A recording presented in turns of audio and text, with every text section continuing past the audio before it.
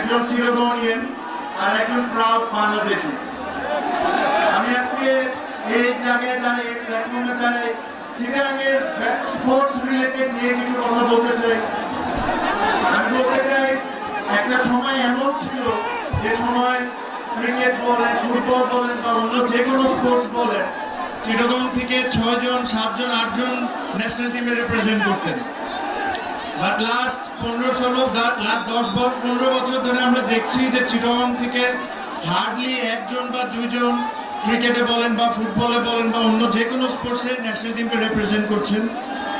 তো এটার আনসারটা আমাদেরকে খুঁজে বের করা খুব ইম্পর্টেন্ট, যে কেন চিটাগাংয়ের মতো এত বড় একটা ডিভিশনে আমরা স্পোর্টসম্যান প্রডিউস করতে পারছি না।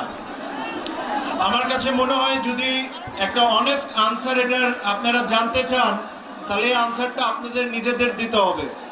আপনারা যদি এখন মনে করেন যে অমুকের কারণে খেলতে পারি নাই, অমুকের কারণে খেলতে পারি নাই, তাহলে এটা একটা স্পোর্টসম্যানের কথা হবে না। একটা স্পোর্টসম্যানের কথা হবে যে হয়তোবা আমার কোনো একটা ভুল ছিল, এই কারণে আমি জাতীয় দলে যেতে পারি নাই। সো আমাদেরকে ওই জিনিসটা আগে মেনে নিতে হবে যে আমাদের কি ভুল ছিল, আমরা কোন জায়গায় ভালো কাজ করতে পারি, যেভাবে আমি ন্যাশনাল টিম আবার রিপ্রেজেন্ট করতে পারি ইন ডিফারেন্ট সেক্টর।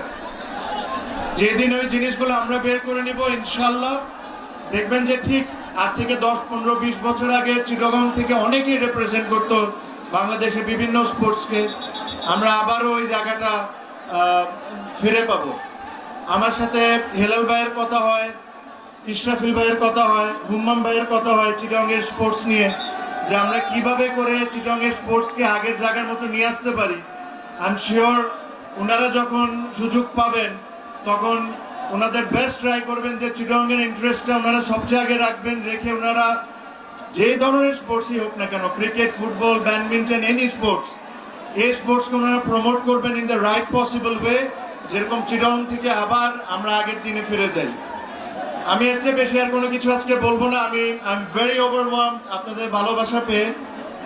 আপনারা জানেন মাত্র আমি অসুস্থ, মানে একটা খুব বড় ঘটনা হয়েছিল আমার, মাত্র আমি রিকভার করছি, তো আমার বেশি কথা বলা উচিত না। But thank you very much.